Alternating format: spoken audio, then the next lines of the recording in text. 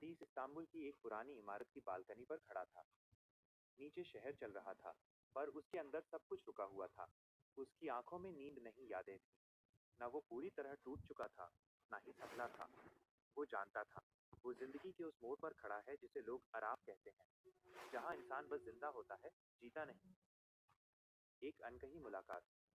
बारिश की बूंदें जब दुकान के कांच पर पड़ने लगी, तो मर्चेंट ने सिर उठाकर बाहर देखा। इस्तांबुल की गलियां अब और भी धुंधली नजर आ रही थी। उसने किताब बंद की, उसकी कहानी आज भी अधूरी ही रही। तभी दुकान का पुराना लकड़ी का दरवाजा एक हल्की चरचराहट के साथ खुला। ठंडी हवा के एक झोंके के साथ अतीस अंदर दाखिल हुआ। उसके कोट के कंधों पर बारिश के निशान थे, और चेहरे पर वही आराम वाली खामोशी। वो किताबों को देखने के बहाने खुद को ढूंढ रहा था। मर्चेंट ने उसे देखा। उसने अतीस के चेहरे पर उस टूटन को पहचान लिया, जिसे उसने सालों पहले खुद में महसूस किया था। उसने धीमी आवाज में कहा, पुरानी किताबें और पुरानी यादें दोनों ही बारिश में भारी हो जाती हैं। अतीस ठिठक गया। उसने पलटकर मर्चेंट की आंखों में देखा। वहां कोई सवाल नहीं था, सिर्फ एक गहरी समझ। उसे लगा जैसे सदियों बाद किसी ने उसकी खामोशी की भाषा पढ़ी हो। अतीस ने बस इतना कहा, भारी होना अच्छा है, कम से कम एहसास तो दिलाता है कि हम अभी भी कुछ महसूस कर रहे हैं। बाहर बारिश अब तेज हो चुकी थी, लेकिन उस छोटी सी दुकान के भीतर दो अजनबी अपनी अपनी तन्हाई के साथ एक दूसरे के बेहद करीब खड़े थे।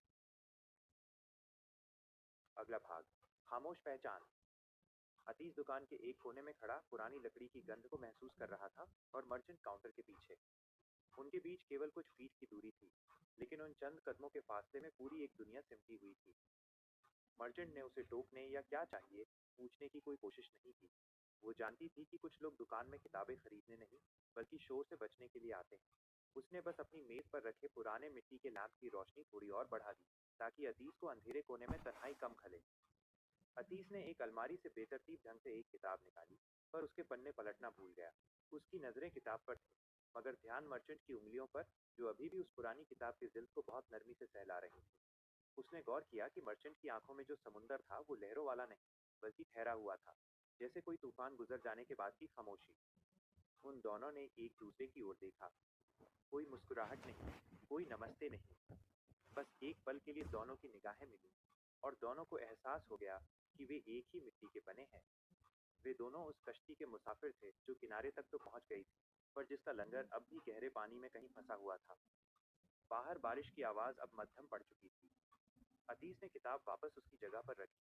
मर्चेंट की ओर देखकर सिर को एक बहुत हल्का सा झुकाव दिया, एक मूक शुक्रिया, और दरवाजे की ओर बढ़ गया। मर्चेंट उसे जाते हुए देखती रही। उसने एक शब्द भी नहीं कहा, पर उसके अंदर की नरमी ने अतीस की टूटन को पहचान लिया था। दरवाजे की घंटी फिर से बजी, और अतीस इस्तांबुल की धुंधली गलियों में ओझल हो गया। दुकान में अब भी उसकी मौजूदगी की एक ठंडी महक बाकी थी,